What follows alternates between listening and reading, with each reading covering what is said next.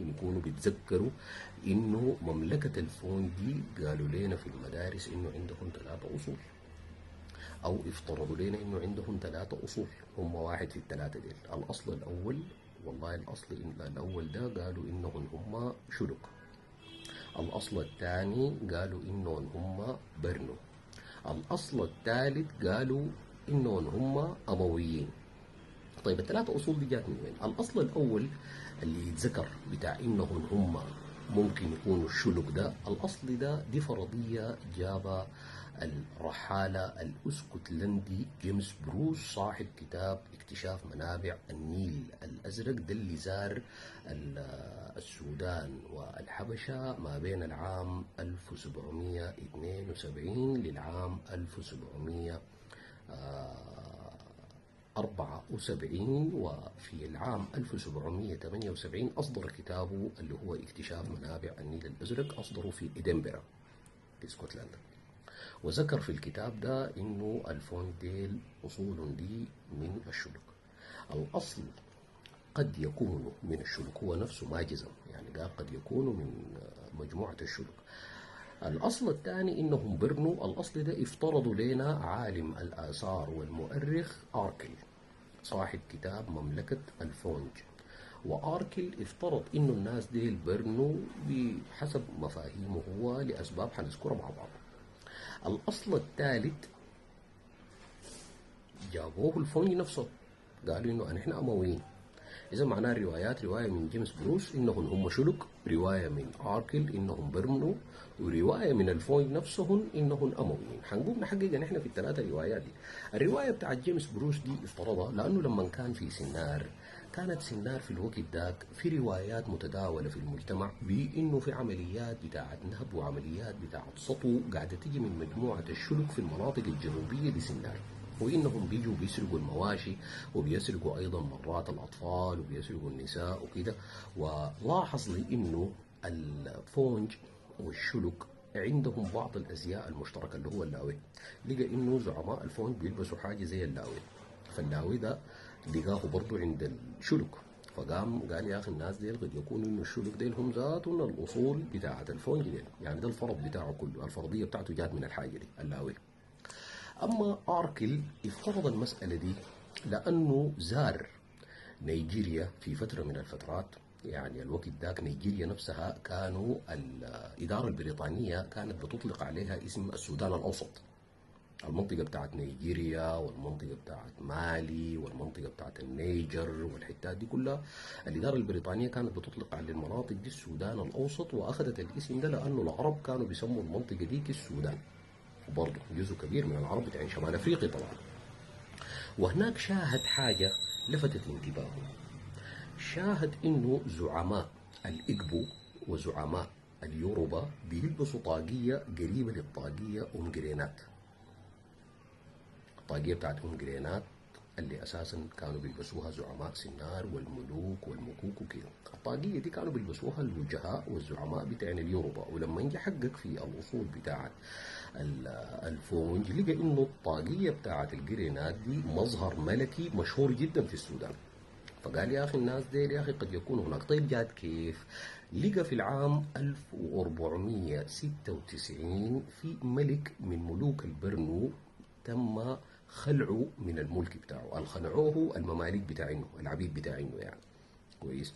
طبعا مملكة البرنو استعانت بشكل كبير جدا بالعبيد أو المماليك، يعني كانوا الحكام ما بيثقوا في أهلهم ولا بيثقوا في قادة الدولة، فكان الواحد بيشتري كمية كبيرة جدا من العبيد وبيقوم بيخليهم هم الحرس، نفس نظام المماليك اللي حصل في مصر يعني كانوا شغالين بالسيستم ده. فهو يعني في فترة من الفترات في ملك اسمه عثمان تم خلعه من المماليك بتاعينه ديل وتنصيب سلطان آخر ونفيه من البلاد. والسلطان أو الملك عثمان ده لما هاجر وجا استقر في السودان. فقال يا أخي إنه في العام 1496 الملك عثمان ده هاجر وجا هنا ده بيجاي وأخذ زي ما بقولوا يعني قدر يكون له كده مملكة في المنطقة بتاعت النيل الأزرق دي. والحكاية مشت افترض إنه قد يكون الفونج أصول من البرن. الفرضية الثالثة هي الفرضية بتاعة الفوج نفسهم، يعني انه الفرضية دي انه نحن امويين، وده الكلام اللي بيقولوه الفوج، يعني انه هم ابناء الخليفة الاموي. يعني مروان بن محمد اخر خليفة عنده ولدين، واحد اسمه عبد الله وواحد اسمه عبيد الله، وديل الاثنين قاموا مشوا على ملك النوبة، وملك النوبة رفض انه يستقبلهم، وقاموا هاجروا للحبشة وانجبوا هناك ذرية، والذرية بتاعتهم هي ذرية اموية، واستقرت هناك الى ان دخلت السودان في الفترات بتاعت يعني ما بين العام، يعني ما بين القرن الخامس عشر والقرن الثالث عشر، وبدوا يشكلوا مجموعاتهم دي وعملوا المملكة بعد ذاك بتاعت الفونج. دي الرواية طبعا بتاعت الفونج نفسهم، يعني لأنهم بيعتبروا نفسهم أمويين. طيب الثلاثة روايات دي نحن يعني هنقدر نعرف منها الحاصل شنو. الحقيقة نحن كسودانيين ما اجتهدنا في تفنيد الروايات، لكن اللي اجتهدوا في تفنيد الروايات دي للأسف هم الخواجات. يعني اجتمع أربعة علماء، يعني أو أربعة باحثين ومؤرخين مهمين جدا في تاريخ السودان، اللي هم آركل نفسه، ومعاهم إيفانز بريتشارد، وهنري ويلكوم. هنري ويلكوم ده بالمناسبة شخصية يعني مهمة، وكتب عنه الروائي المتميز مهند الدابي رواية اسمها أطياف هنري ويلكوم، قد تكون انتم كلكم يعني سمعتوا بالرواية دي يعني. كتبوا ومعاهم ايضا واحد ثالث اسمه واحد رابع اسمه سيليغمان. الجماعه دي اللي اجتمعوا مع بعض قالوا دارين نعرف الحكايه بتاعت اصل الفون دي يا جماعه ونحل الاشكاليه دي. فقام يعني قالوا نحن ما حنقدر نصل لحل في الموضوع ده الا نتتبع الطرق بتاعت الدفن في المقابر. والطرق بتاعت الدفن وفي المقابر هي طريقة يعني حاسمة بيستخدموها الآثاريين في إنه يعرفوا أصول المجموعات وكيف وجات من وين، وأقدم الناس يندفنوا كانوا وين، بيدفنوا بنفس الطريقة بتاعت الدفن دي بيشتغلوا بها الناس الآثاريين، ويعني بيشتغلوا بها الناس علوم الأنثروبولوجي عشان يحددوا أصول السكان. يعني في الفترة دي كان احنا بنتكلم عن بدايات القرن العشرين. فقام عشان يعملوا الحاجة دي جابوا أشطر واحد في المجال ده، وكان اسمه هامفري. هامفري ده كان يعني كان شغال في الآثار وكده، وبعد فترة كده قام حصلت له جذبة صوفية كده، وبقى بس قسيس، بقى أب قسيس.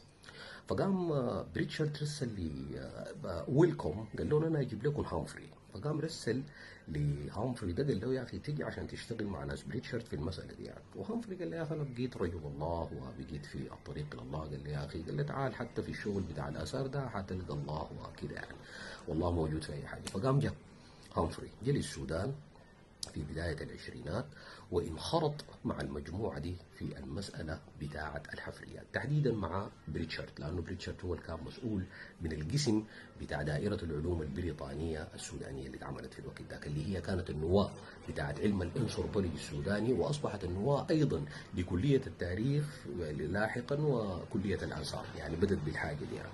فاللي كان شغال فيها بريتشارد يعني. فيشتغلوا في الحفريات بتاعت قبور الفون. قالوا كده نمسك اول حاجه الفرضيه الاولى بتاعت جيمس بروس دي ونحققها. شافوا القبور بتاعت الفونج، بدوا يدرسوا تدرجها للماضي، كانوا قاعدين يدفنوا وين، وشافوا القبور بتاعت الشلك، لقوا انه القبور بتاعت الفونج ماشيه اسلاف عماره دنقس كانوا ماشيين يدفنوا شرقا لحد ما انتهوا لمنطقه اسمها ام حجر في اريتريا حاليا.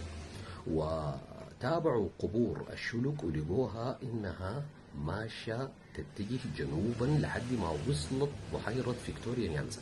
لكن المفاجاه الكبيره انه اقدم قبر للشلوك لقوه في السودان، يعني حتى السودان الجنوبي كان بيعود للقرن ال17، يعني في العام 1600 وشويه. طيب الوقت ده دوله الفونج دي كانت دوله عايشه لها 100 سنه، اذا معناها الشلوك ديل في الوقت ده ما كانوا موجودين في السودان، يعني معناها جو من المناطق دي. فهنا سقطت الفرضيه بتاعت جيمس بروس.